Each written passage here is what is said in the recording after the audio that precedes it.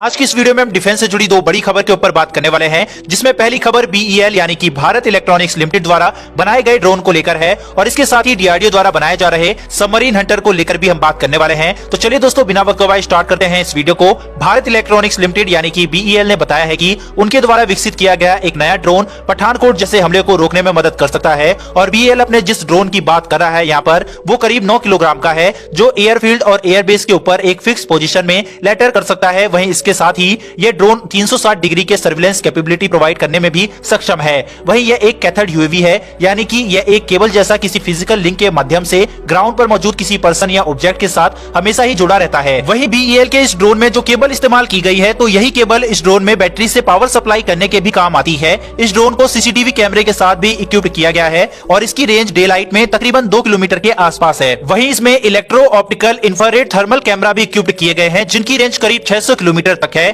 Company ये मानती है कि उनके इस ड्रोन की मदद से पठानकोट जैसे हमले को रोकने में मदद मिल सकती है। कुल मिलाकर भारत छोटे बड़े ड्रोन को बनाने में लग गया है, क्योंकि ड्रोन युद्ध की स्थिति में इसके साथ ही सुरक्षा के लिहाज से भी बेहद ज्यादा महत्वपूर्ण है। बढ़ते हैं दोस्तों दूसरी अहम खबर की तरफ। दरअसल जैसा कि मैंने पिछली वीडियो में बताया था कि भारत सरकार ने कुल 50,000 करोड़ रुपए की फ्यूचर डिफेंस डील कैंसिल कर दिया है और ये सभी हथियार हम घर में ही बनाएंगे। इसके स्वदेशी ऑप्शंस तलाशे जाएंगे, लेकिन इसमें जो सबसे अहम हथियार है वो पीएटाई पोसाइडन है, जिसे सबमरीन हंटर के नाम से भी जाना जाता है। इसकी इंडियन नेवी को बहुत ज्यादा आवश्यकता है। सबमरीन हंटर पर मैंने एक डेडिकेटेड वीडियो भी बनाई है, जो कि आपको प्लेलिस्ट में मिल जाएगी। समुद्र के रास्ते हमें चीन और पाकिस्तान को काउंटर करना है, जिसके लिए यह एक अहम हथियार था। हमारी सेना में ऑलरेडी पीएटाई पोसाइडन शामिल है, लेकिन यह पर्याप्त मात्रा में नहीं है, जिस वजह से एडिशनल पीएटाई पोसाइडन को लेने की बात चल रही थी, जिसके तहत 6 एडिशनल पीएटाई पोसाइडन हम और भी खरीदने वाले थे और यह डील $2.4 बिलियन की थी। हमने इस डील को कैंसिल करके अपने पैसे तो बचा लिए, लेकिन सवाल यह उठता है कि क्या हमारे पास पीएटाई पोसाइडन का कोई विकल्प मौजूद है या नहीं।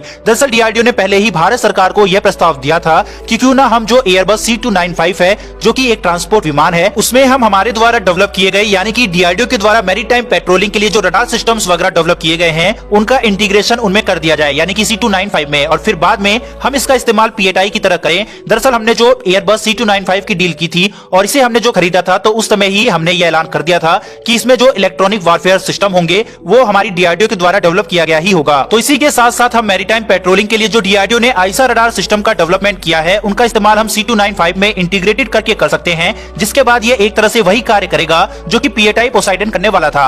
आसान भाषा में हम समझे तो पीएटाई एक नॉर्मल एयरक्राफ्ट है, बस इस एयरक्राफ्ट में कुछ ऐसे सिस्टम इंटीग्रेटेड कर दिए गए हैं और कुछ एडिशनल चीजों को लगा दिया गया है, जिससे वो मैरीटाइम पेट्रोलिंग कर पाता है, साथ ही साथ सबमरीन को डिटेक्ट करने के बाद उन्हें नष्ट भी कर पाता है। ये सारी खूबी हम किसी और एयरक्राफ्ट के साथ भी कर सकते हैं, क्योंकि ये सारी तकनीक हमारी प्यारी डीआरडीओ के पास मौजूद है। इसके रडार सिस्टम को ऑलरेडी हमारी डीआरडीओ ने तैयार कर लिया है, जो इसके सेंसर्स वगैरह हैं उन्हें भी डेवलप कर लिया गया है, जिसे अब हम किसी और एयरक्राफ्ट में इंटीग्रेटेड करके एक तरह से अमेरिकी पीएटाई पोसाइडन वाला काम कर सकते हैं। यह सारा इंटीग्रेशन C295 एयरबस में करके हम अपने बिलियंस डॉलर इस तरह से बचा लेंगे। तो यानी कि एक तरह से भारत की डीआरडीओ खुद का सबमरीन हंटर विमान तैयार करने जा रहा है। डीआरडीओ के इस कार्य के लिए शुभकामनाएं, और आप भी डीआरडीओ के लिए कमेंट बॉक्स में जय हिंद अवश्य लिखेगा। फिर मिलेंगे डिफेंस से जुड़ी ऐसी एक नई वीडियो के साथ। धन्यवाद, जय हिंद।